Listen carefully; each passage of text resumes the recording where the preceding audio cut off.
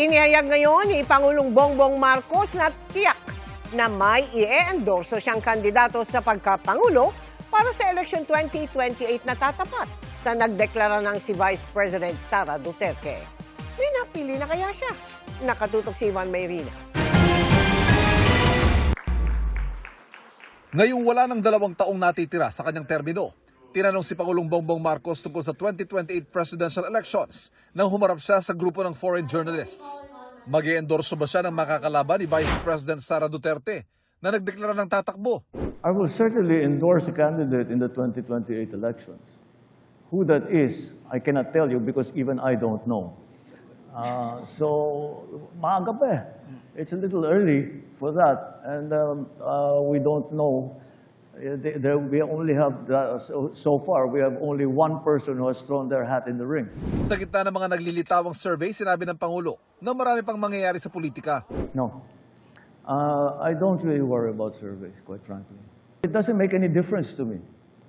I don't change my decision because of the survey. I take a decision because that's what I feel is the proper. Pero tiyak ng ang i-endorso niya ay dapat ituloy ang pagsugpo sa katiwalian. The candidate I will endorse will be somebody who I am confident will continue what we have begun in terms of the anti-corruption measures.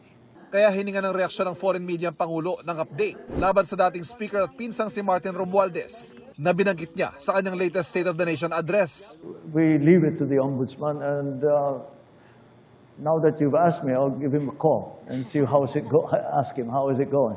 Nang tanongin naman tungkol sa planong pagtatayo ng Pax Silica AI Hub sa Tarlac, tiniyak ng Pangulo na hindi papayagan ng epekto sa kalikasan at pananamantala sa Pilipinas. What we are interested in is to benefit our people in terms of jobs, in terms of investment into the country, in terms of the advancement of our capabilities, in terms of technology, in terms of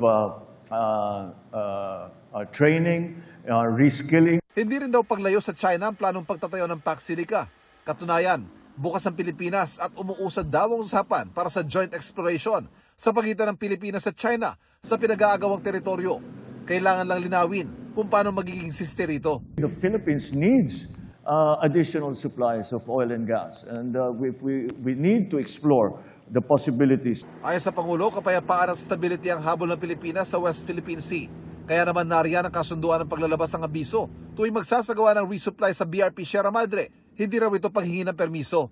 Inusisa rin ng Pangulo tungkol sa yaman ng mga Marcos. Naiinit niyang hindi nakaw na yaman. The reason we won those civil cases is because they were proven to be not ill-gotten wealth. Kaya nga kami nanalo dahil napatunayan namin na hindi ito ill-gotten wealth. Tinanong din siya tungkol sa di pa umano bayad na Marcos estate tax, lalo't siya ang executor o tagapamahala ng estate o kabuang yaman ng pamilya. This is a family matter.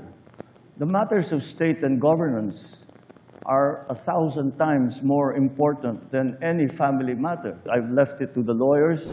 Ivan Mayrina, Nakatutok, 24 Oras.